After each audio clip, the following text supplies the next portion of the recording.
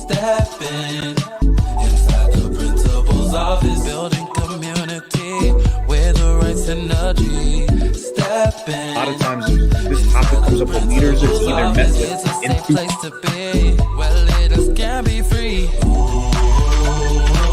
Come learn new lessons. Gap is closing Feel and free kids to are ask the increasingly question. involved with the learning. The principal's office. Inside the principal's office. Principal's office.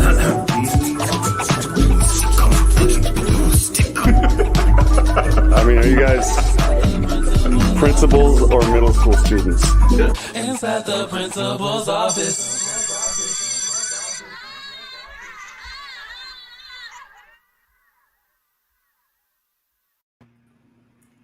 Hello. Welcome back. I can't believe, I don't know about you all. We've been gone for about a month, but Mac, it feels like we have been gone forever. I could not wait to get back into this space with all of you. I hope that you all have had an amazing summer. I know that we are ramping up and getting ready for yet another school year, and here we are kicking off what we've described as season 3. We were calculating it. We're almost to episode 30, and here we are back again, ready to connect, to learn, and to grow with all of you. My name is Charles Williams. Now, there's going to be some changes because I used to say that I was the principal, blah, blah, blah, but there's been a lot of shifts. Mac's going to share his own. I am now one of the assistant principals at Michele Clark, still in Chicago Public Schools, and I enjoy doing this work. I'm still hosting the Counter Narrative podcast, of course, right here, and doing a ton of work through CW Consulting. Mac, how are you, sir?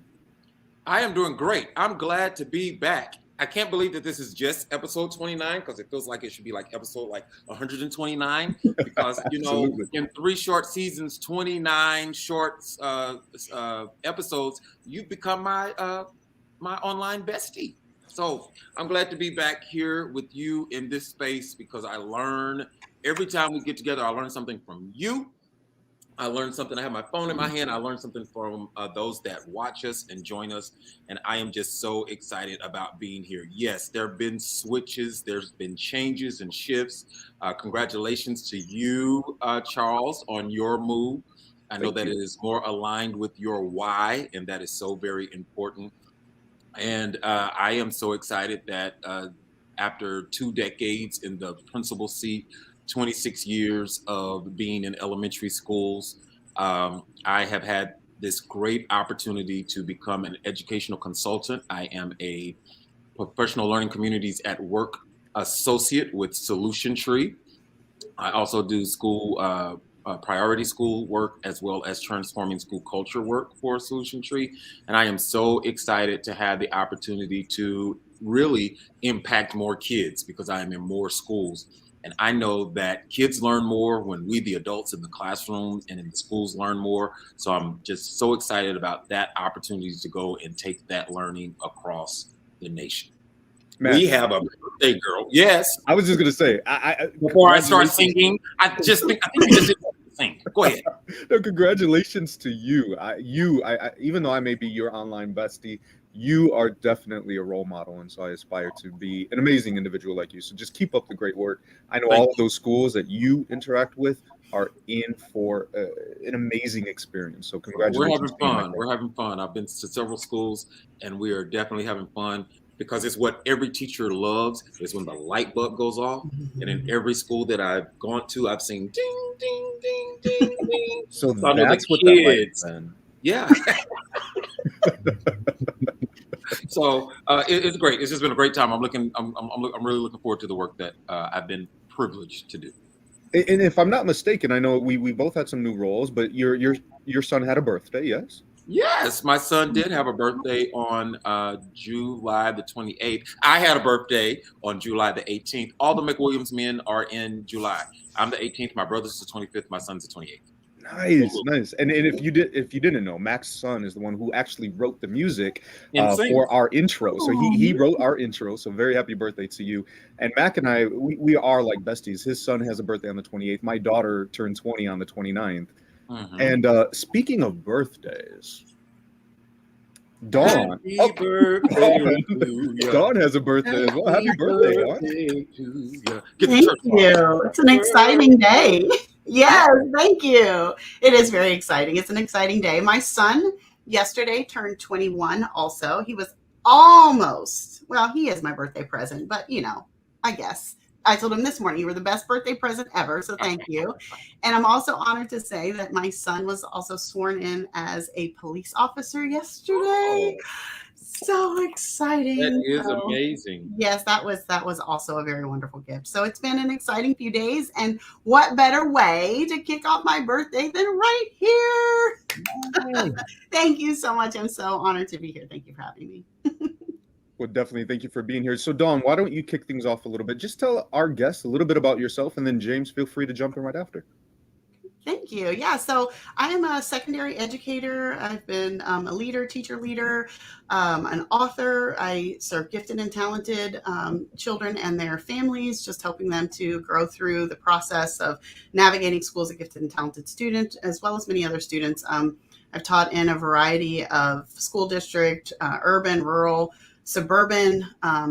It's been a blessing of a career. I just, found my calling literally in teaching after a career in the private sector for many, many years. I've also been an English language instructor overseas many years ago. I lived in Tokyo, Japan for about 5 years, teaching students from age 5 to, I think my oldest student was like 95, grandmother, her whole family.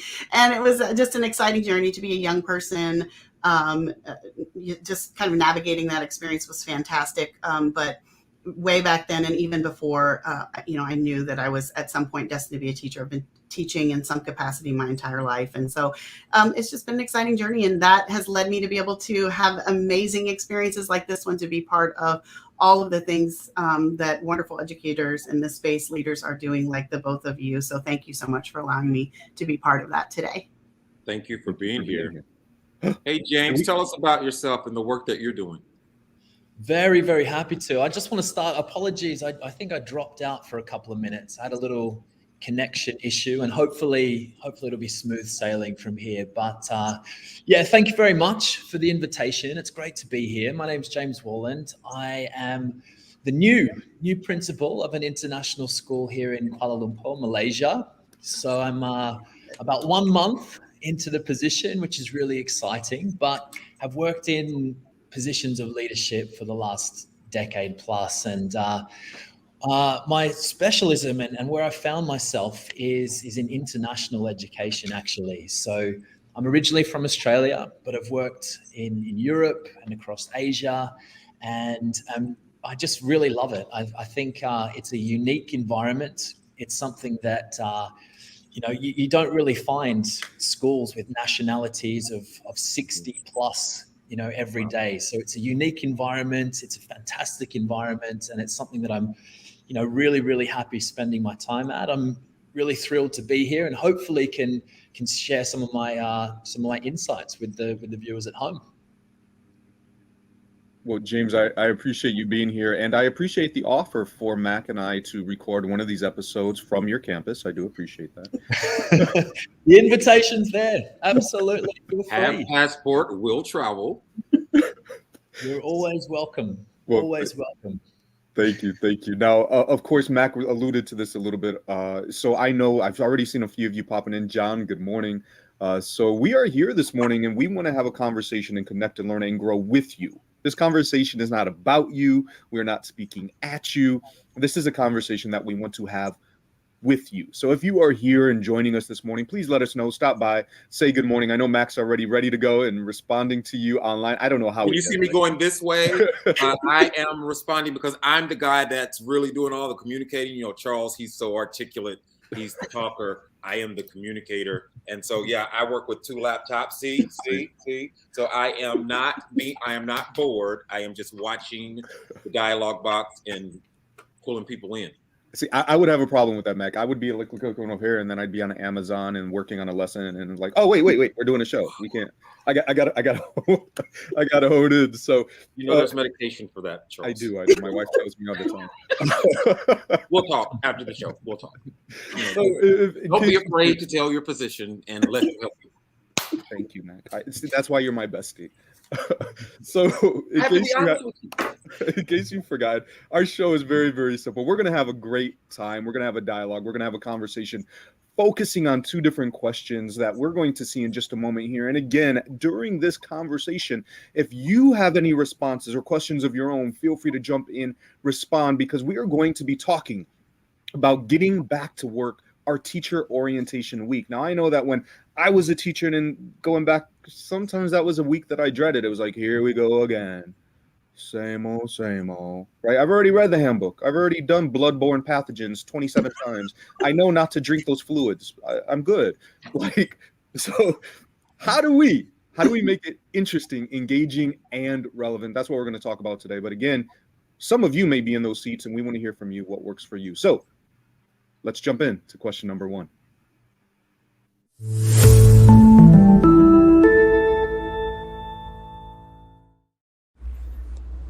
Inside the principal's office, discussion question 1. Every new school year begins with a lot of excitement and new goals and ideas. As a leader, what is your process for setting a goal for your school and then planning activities during the course of orientation week to set the groundwork for success? It's a great part, right? It's kind of a 2-question. What is the goal? And how do we get there? So I love this question. So I know, Dawn, I let you start off with intros. So James, I'm going to come to you first here, and then we're just taking off.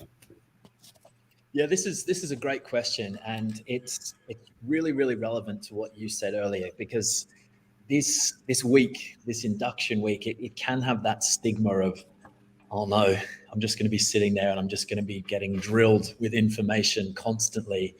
And I think this is really pressing, what you just said there, this question here. And it's, as you said, it's 2 parts. So the process for setting the goal and what happens afterwards. And I think what we need to do as leaders and the people organizing here is we need to make sure that we're really accurate, and what we're laying out for people is what's pressing and what's needed. Because as you said, if it's going off in a different direction, or if people aren't really latching onto it, it can just go straight over people's heads, and then you're just wasting everybody's time, and you're starting the year off in a completely wrong way. So accuracy, I think, is really, really important here. So I think how you go about finding those goals and planning those activities is, I think you've got to go through an assessment process of current performance. You've got to look at the school as a whole, and you've got to identify areas, key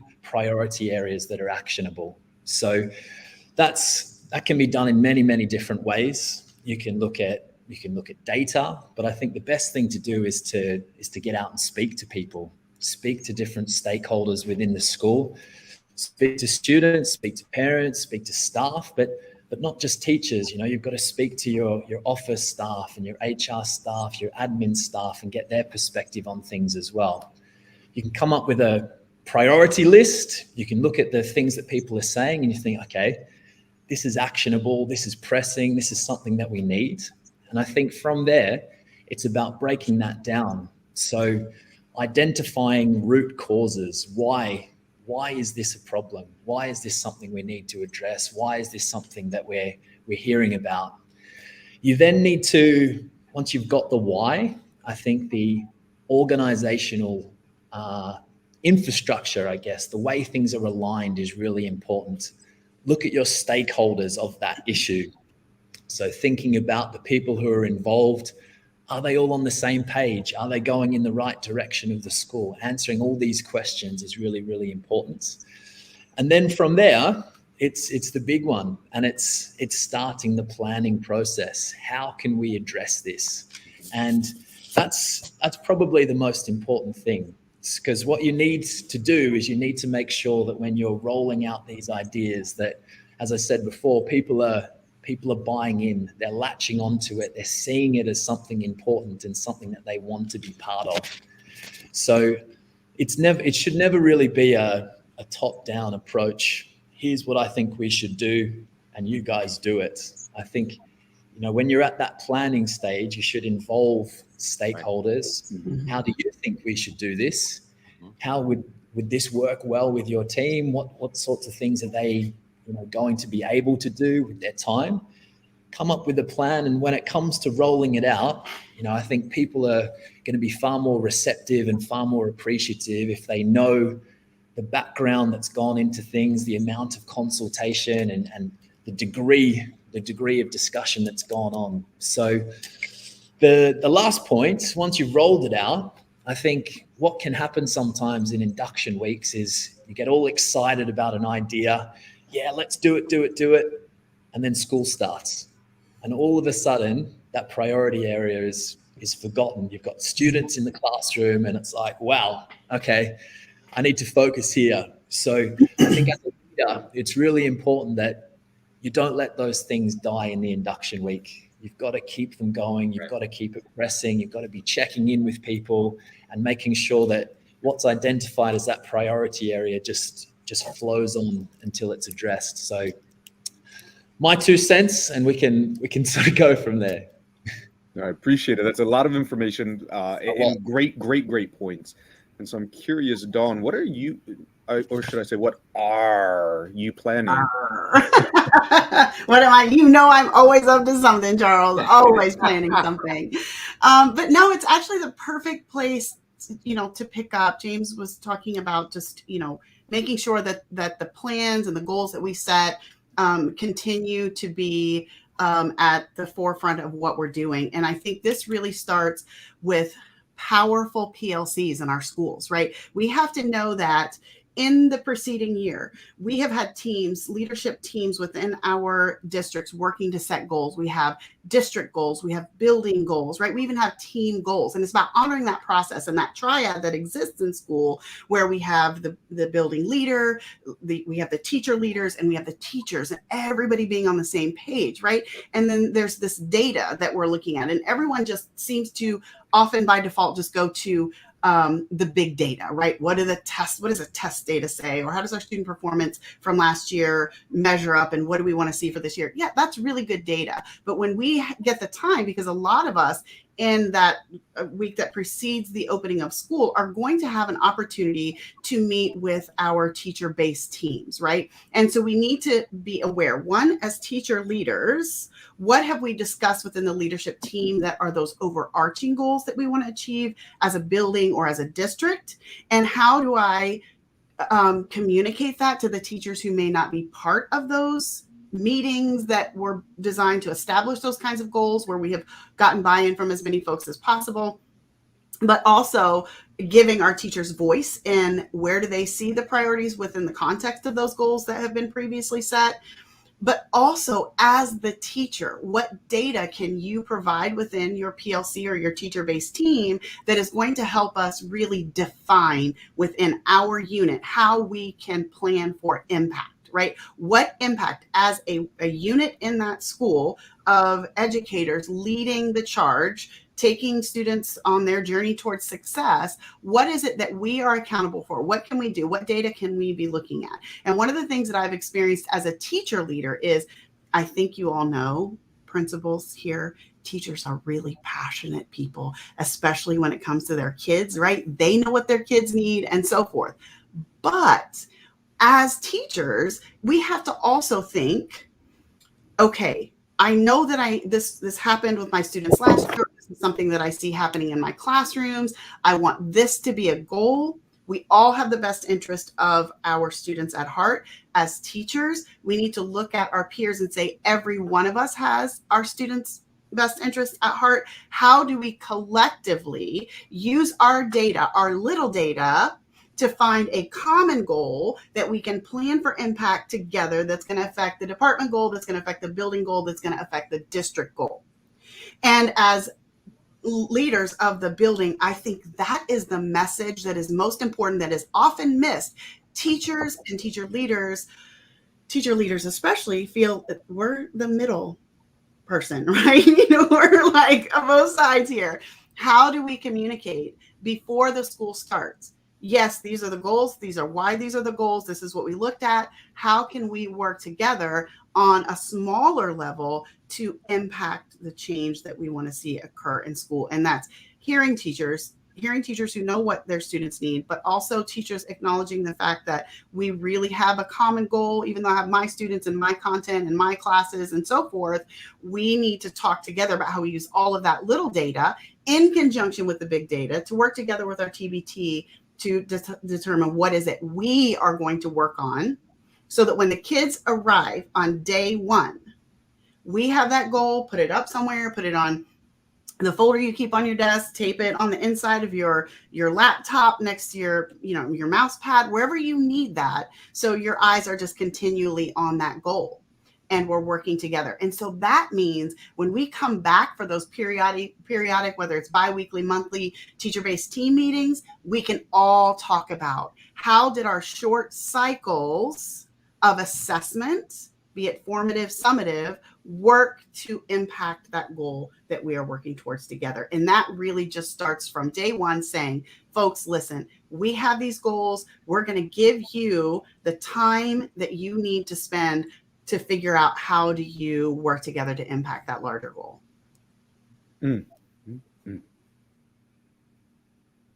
Mac, what about, we talked about PLCs, which I think is right up your alley. Goals. Yes. We talked about, connecting with your stakeholders. What are your, there's not much left, and I'm really dreading going last year. I think that new teacher orientation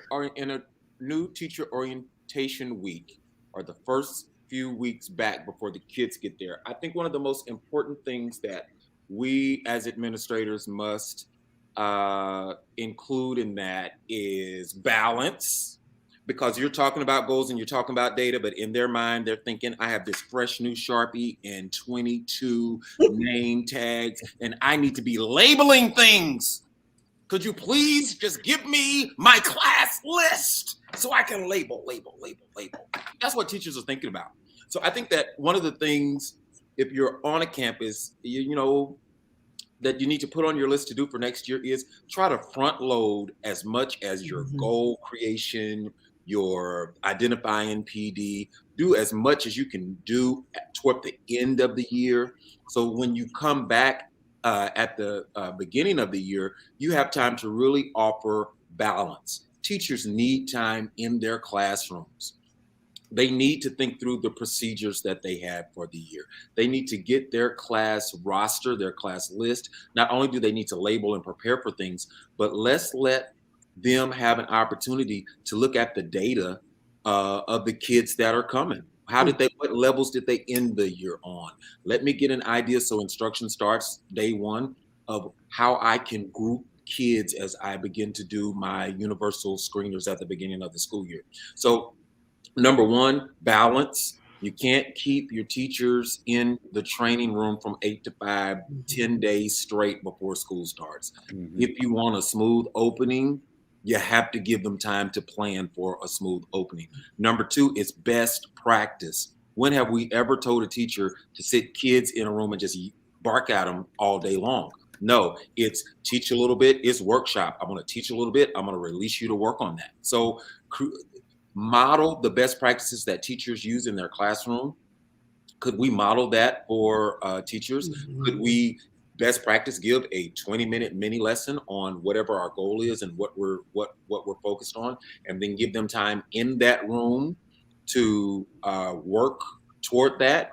Or even maybe you do a mini lesson and then they're going to go to their classrooms and they're going to do something, and then they're going to come back. You're going to teach a little bit, let them put it in practice a little bit, and then you're providing feedback as to how it's going. So that's my 2 cents. They said so many things. I think that is something that we can kind of add to that conversation, is we have to have balance, recognize, be practical what teachers need. Because I know as a principal, when I would stay all of that time in training before the teachers came back, that's what I was thinking. Oh my God, there's so many things I need to be doing on my campus. I need to do this, I need to do that. Teachers are thinking the same thing, and we have to give them that space to clarify their mind.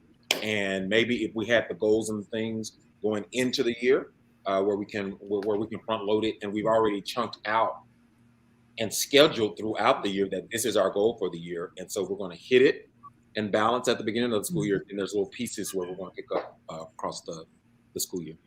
Absolutely. Charles, well, since my pen, because I know you're about to spit some wisdom.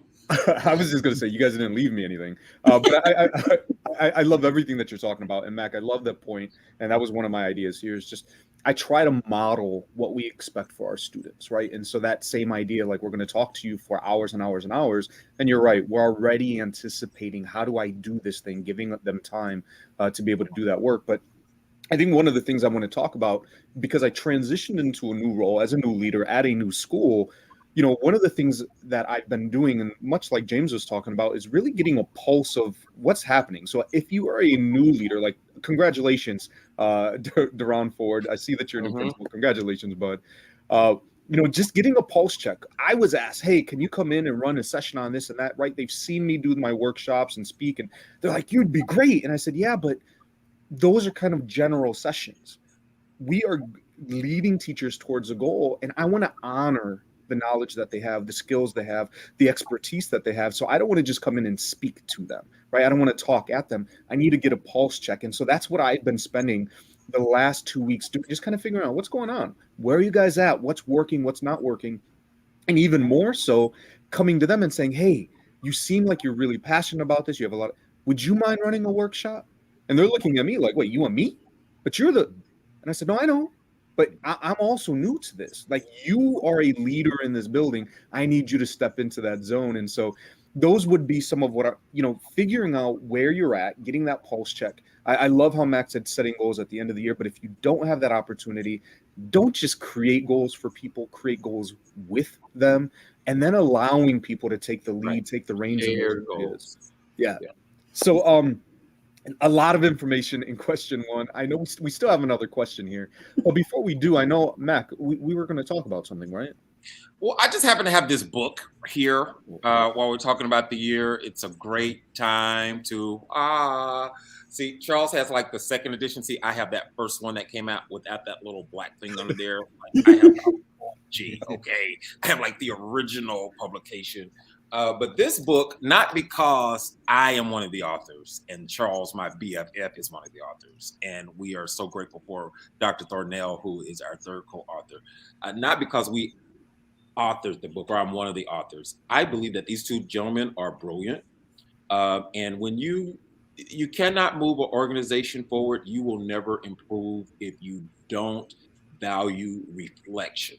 Like, how did I do that? Let me reflect and let me refine my work. And that's what this book is about. It is all about reflection. It is all about refining your practice and its ideal of continuous improvement. It's 40 weeks. It's 40 weeks of just very manageable to-dos and things to think about. There are several areas that we address every week: your message, instructional leadership, servitude leadership. What are you learning as a leader? How are you articulating and communicating all the great things that you and your team are doing? And then you have to have celebrations and reflection in your school. So it's a 40-week book. There's 40 lessons. Let's look at some of these things that you can address to impact your leadership. What is your mission? Lead with your strengths. Is your school better because of you? They're just short little readings. And the thing that I love most about it is each reading is followed up with challenges or to-dos for you to do in each one of those areas that we talked about. Try this week. So if you want to become a better leader, this is a great guide to help you reflect and refine your practices. It's on Amazon.com. Maybe someone will put the link in the message. Go to Amazon.com. Buy one for you. Buy one for a friend that's in the building. And this is great for leaders. It's also great for people who are aspiring to be school leaders. Check it out. Yeah, I was going to say, or be like Bob from Ohio in Fairfield Hills, who bought them for all of his elementary school principals. Thank you, Bob. Met him down in Louisville at NAESP, where we got to talk about the book. So thank you. Decorian Haley, who is a great principal. Maybe now that I called his name, he's going to do it. But Dr. Sean Perry at Geyer High School in Denton ISD, he bought one for his entire administrative staff, and this was their book study last year. So yeah. All right. Well, I know what time is ticking along here, so let's jump in to question number 2. Tick, tick, tick, tick.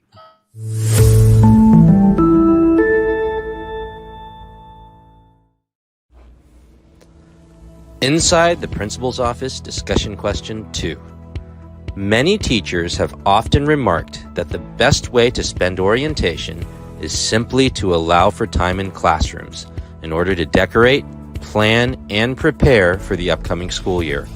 As leaders, how do you balance any training for school or district-wide initiatives with teachers' desires to have planning time in their classrooms?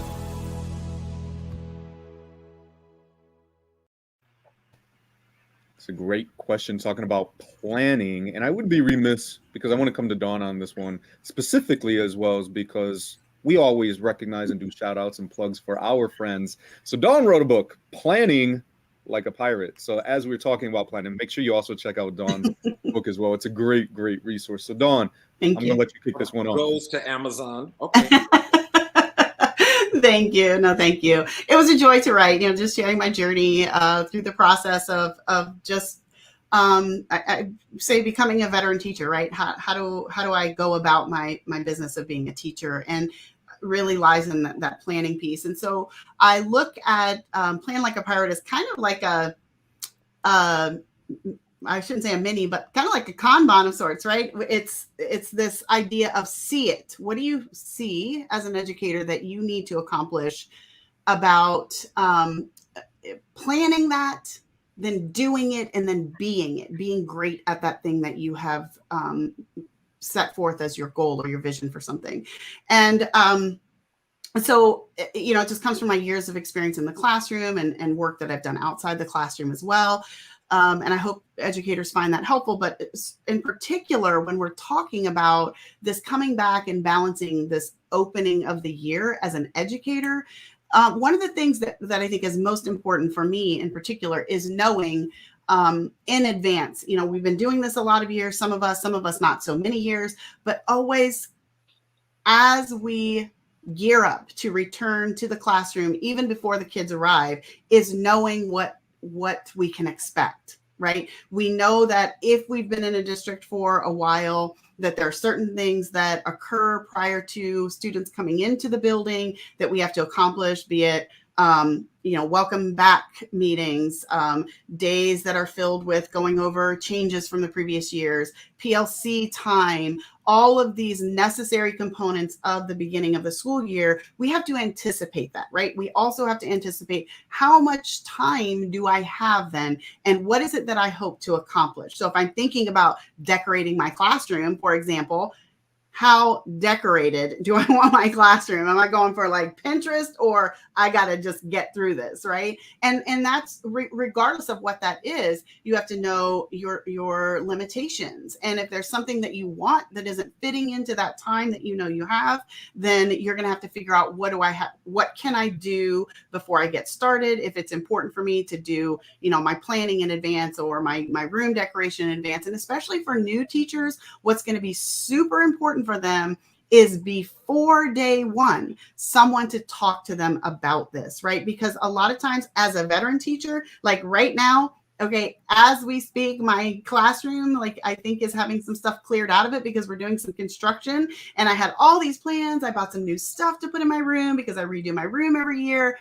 And I woke up this morning and I said to my husband, guess what? It is what it is. I'm just going to shove this over here, and this is going up, and I'm going to, conceal as much as I can. And you know what?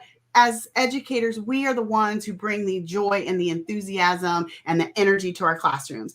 Mm-hmm. What is on our walls matters, right? Because, it's important for kids to see positive messaging and see themselves reflected in what's going on in our classrooms. But at the same time, if we come in with the attitude that it really doesn't matter what this classroom looks like, as long as we can learn together in it effectively, and there's an energy that just fuels that desire to learn, that's what's really important. But we can't expect new teachers to know that. They need mentors who are coaching them through this. They need people who are saying, hey, listen, we're going to be back for orientation in a week. I wanted to just touch base with you and talk to you about kind of what you can expect going in. This is what orientation week is like. Are there some things that you have planned or that you want to do, that you want to try to fit in? Because this is the window that you're going to have. It's all about that communication piece, right? And as veteran teachers, we need to think about like, I have this much time. Right? I have this much time. I've been, this is the first time at this rodeo. This is what happens. And to, again, anticipate that and realize what we can get done and what we can't get done in the time we have, because those things, sometimes there are those compliance pieces, the bloodborne pathogens, right? That we just gotta go through. Those things are there. It's part of what we do. And the more that we just, embrace that as a part of our profession, like it, dislike it, whatever, the faster we can get through it and not let that negative emotion of those things fill us up and prevent us from getting to the good stuff. We really need to say, what is in my control?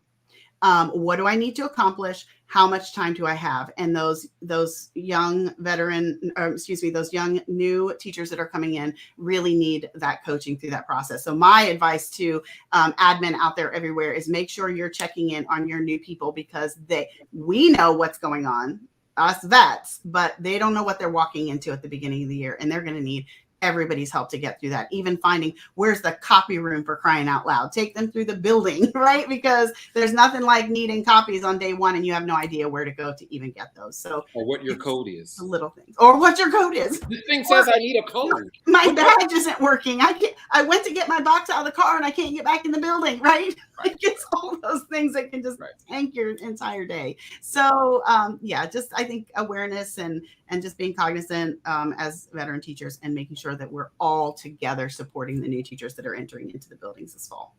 Yeah, if I could enter this, we have quite a buzz in our chat, and Robbie makes a comment about back to school training, and she brings out a great point, and that is educators learn from each other, not a PowerPoint with a new title and repetitive information. Because we know that there are things that we have to talk about every year and revisit. But I think she brings up a great point.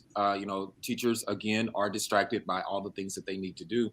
And we really need to look at how we set up. I guess I'm answering this question with the same way I answered the last question. And that is, like she said, just being talked to. We all know that best practice in a classroom lets us know that the people that are doing the talking are the people that are doing the learning.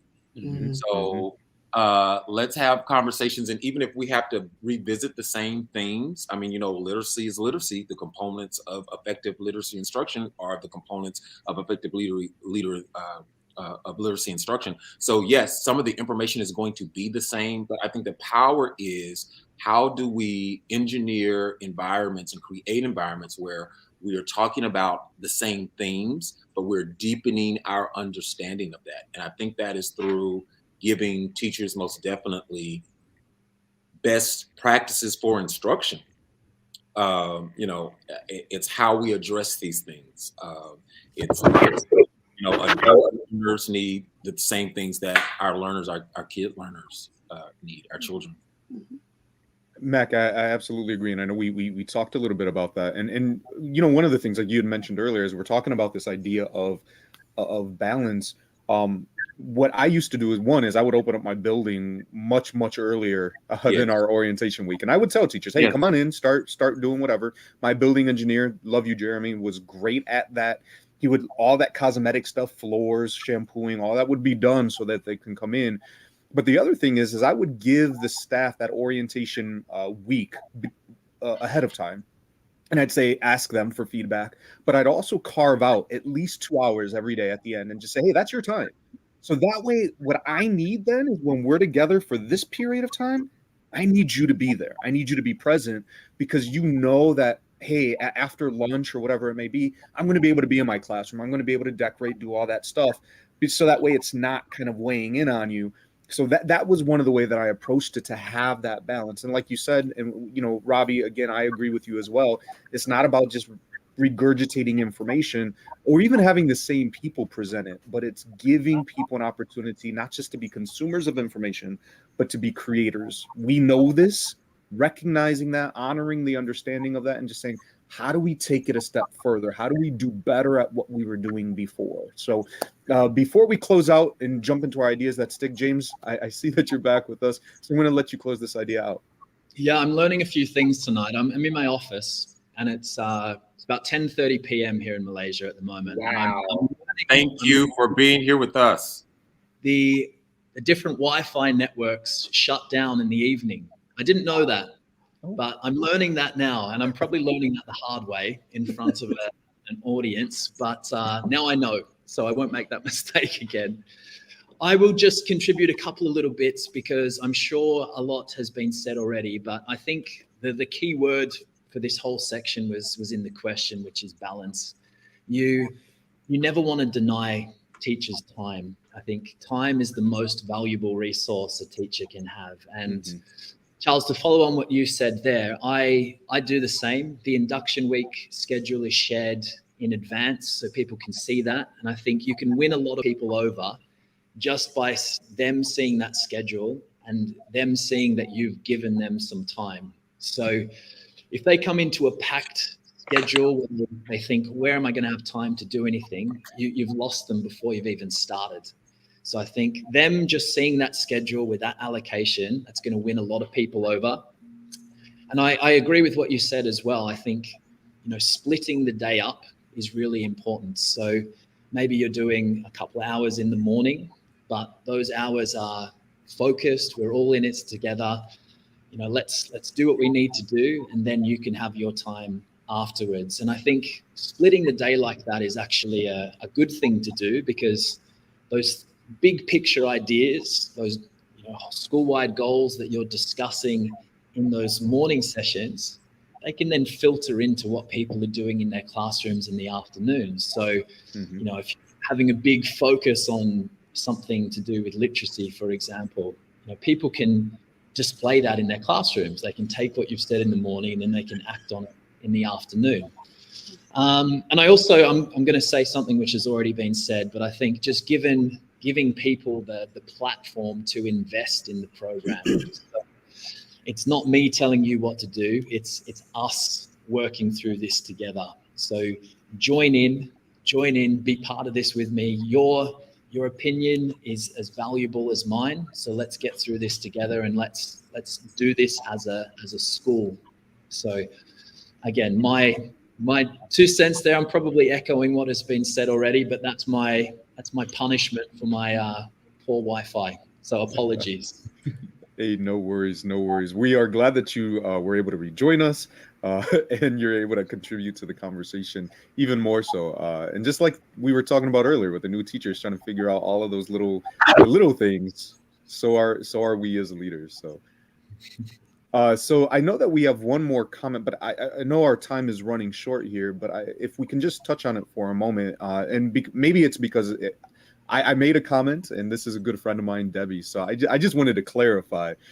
So I just want to make sure that I don't ever believe that teachers should have to come in before. I know that I have some of those teachers who, are just, I need my room perfect. I know that we have limited time. And so I just say, hey, look, you have as much time as you absolutely want. But I never expect my teachers to be in before the contracted time. Like if I won't say his name. I know he's probably watching and you don't really see it. He's like, he'll come in on day one and it's just like, look, like I'll get my room set up however.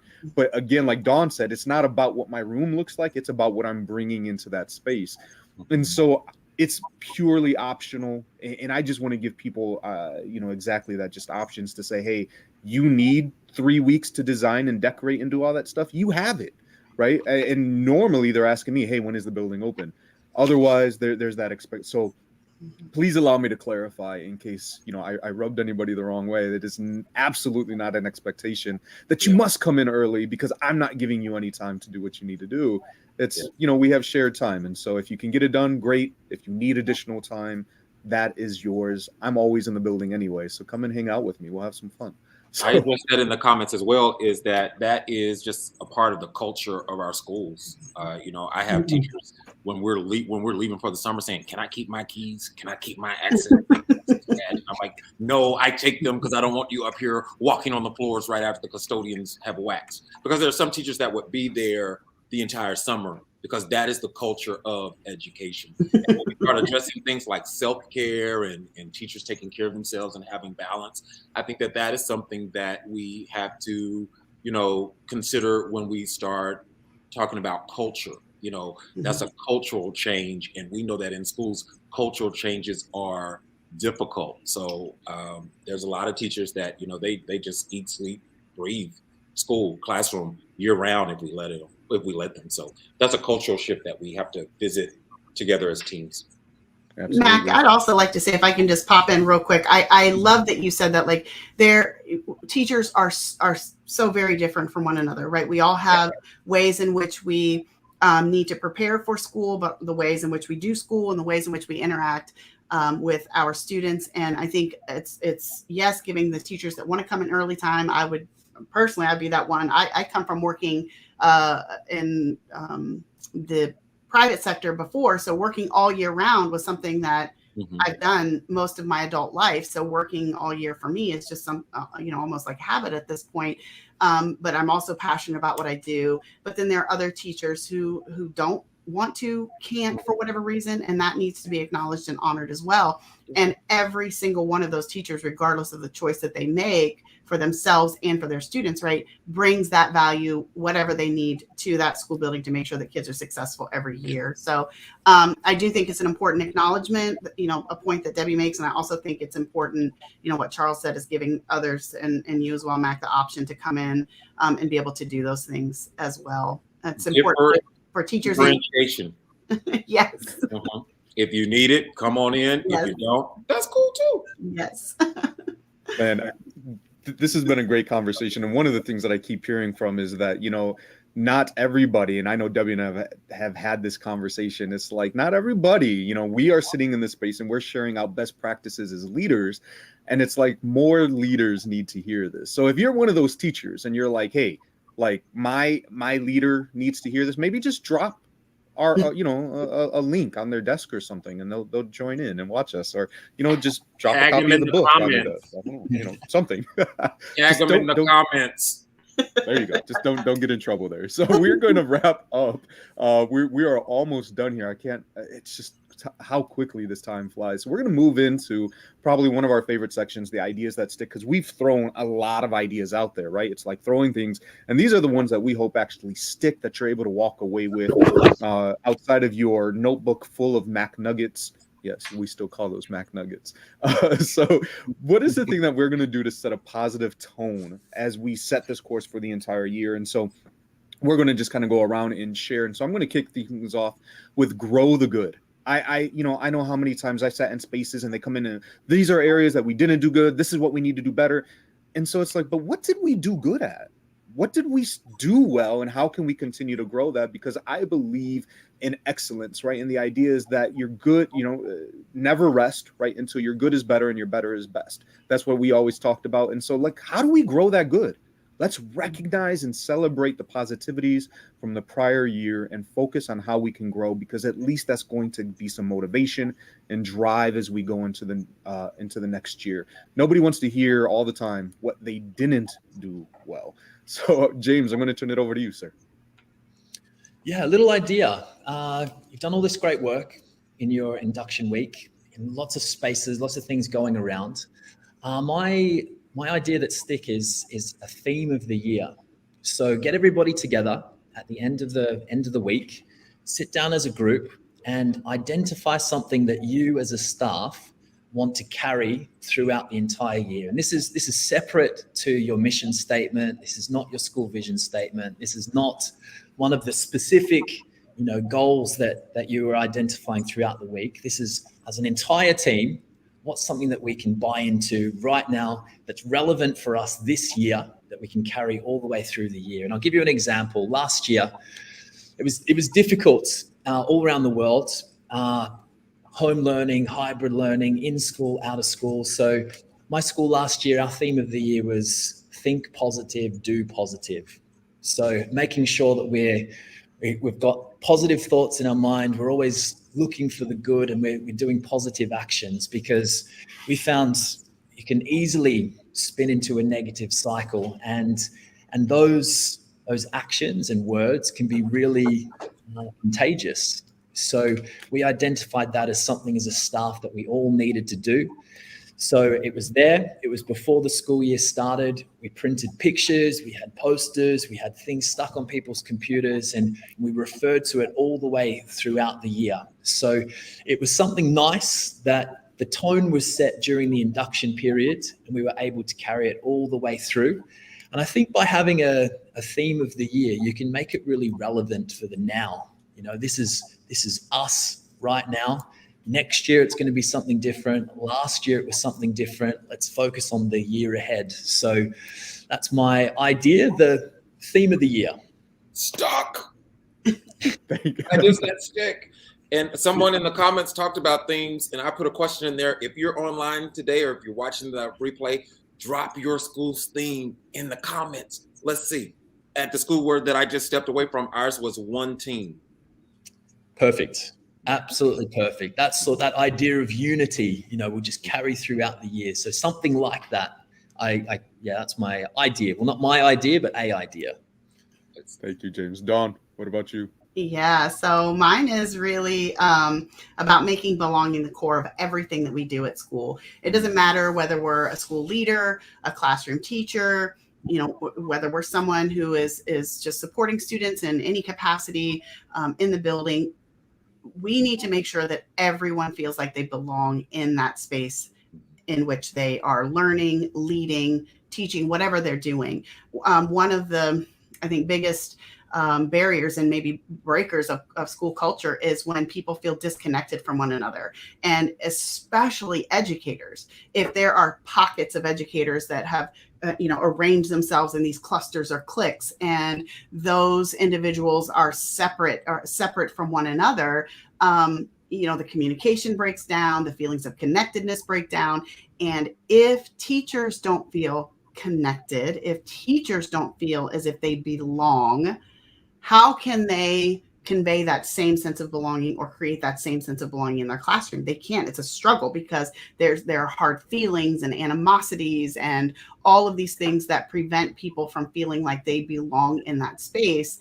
It's not easy to set that same kind of tone in your classroom. So we really need to think about, at the goal level, from district goals to building goals to classroom, PLC classroom goals, how do we integrate cultivating belonging into everything? Listen, right. You can't say no to belonging. I don't care what you like about a curriculum. I don't care what you like about content. It doesn't matter. Belonging is that thing that no one can say no to. And if we focus on that and we make everybody feel confident about themselves, we affirm identities, we strengthen bonds, we grow relationships. What can't we do at school? Oh my goodness. We are limitless in what we can accomplish together at school. And so belonging is the core of that. I believe that wholeheartedly. And that's something that I strive for in my classroom every single day. I want every student that walks in there to feel like, you know what, this is my family away from family. They know each other personally. They value and respect one another. We can have tough conversations. Sadly, there are adult groups that can't do those things in the school. And, leaders, this is where we really have to step up and say, you know what, folks, it's even beyond that. Hey, we're all in it together mentality. It's beyond acceptance. It's beyond fitting in. It's what does my heart feel when I walk into this building? That's good stuff. I guess I'd end in my idea that sticks when we talk about starting a school year. It is revisit your mission and vision. A lot of times we begin the year with the how, the what we're getting ready to do, how we're getting ready to do it, but we neglect to revisit at the beginning and throughout the year the why. Why are we here? And mission and vision answers two important questions, kind of goes with that belonging. We need people to have a shared mission and a shared vision. And that is mission, why do we exist? What is our fundamental purpose? And two, our vision, what do we have to become in order for that mission to happen? What are we becoming? What are we working toward? And if you can use those two things as a lens for your year, it really makes a lot of things that you traditionally wouldn't understand. You'd understand, oh, I understand why we're doing XYZ, because we are here to ensure that all kids learn at high levels, and we are working on a vision of becoming a collaborative community of excellence. So that's why we're meeting so much, and that's why we're talking about these 4 critical questions, and that's why we do everything that we do, because I understand the why. Clarity will always come before competence.